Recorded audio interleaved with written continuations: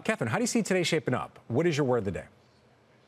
Look, it's the consumer. I think the consumer is all important. We have a spate of economic data coming out today at 8:30 and tomorrow as well. Of course, tied to initial jobless claims, GDP revisions, pending home sales, and tomorrow, of course, core PCE. So I think the labor market drives the consumer, and the consumer, of course, drives the U.S. economy. And we know, Frank, that historically, when the Fed starts to cut rates and when the yield curve uninverts, that's when the economy runs the biggest risk over the course of the next 12 months of potentially moving into a downturn. So I'm laser focused on the U.S. consumer at this point. All right, so we're talking about how the consumer drives the markets. Let's also talk about how the Fed drives the markets. We have a lot of Fed speakers coming out today. Jay Powell, also Michelle Bowman, the lone dissenter in last week's meeting. How do you see the Fed influencing today's moves?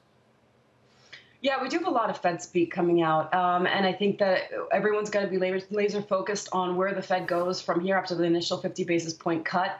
Is it going to be an additional 50, or are they going to go to 25? So the market, of course, is continuously moved by what the Federal Reserve does.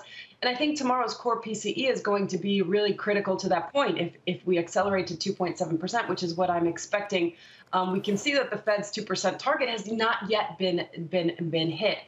So I think the focus of the Fed is going to be overwhelmingly lopsided on the employment part of its dual mandate, kind of assuming that inflation will eventually get there. Now, of course, I'll add one more thing, Frank, which is the housing market. The housing market accounts for 1 full percentage point of that 2.7% of core PCE. So if the housing market decelerates in terms of rents, then the Fed could get there without a rollover in economic activity. So, Kathryn, your pick for us today is utilities. In all fairness, it was your pick to start the year as well. Utilities having their best quarter since, I believe, 2003 right now.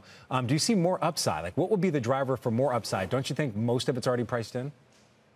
Thanks, Frank. Yeah, last year, utilities was devastated. So this year was my top pick coming into this year. And I do think there's additional upside. But I would add to utilities, which is industrial real estate, because AI, this is a really great second derivative to the AI trade. So if you think, as a lot in the markets do, that the everything is awesome trade is going to continue to move higher, the U.S. economy avoids recession, and AI continues to lead the market, what's the second derivative?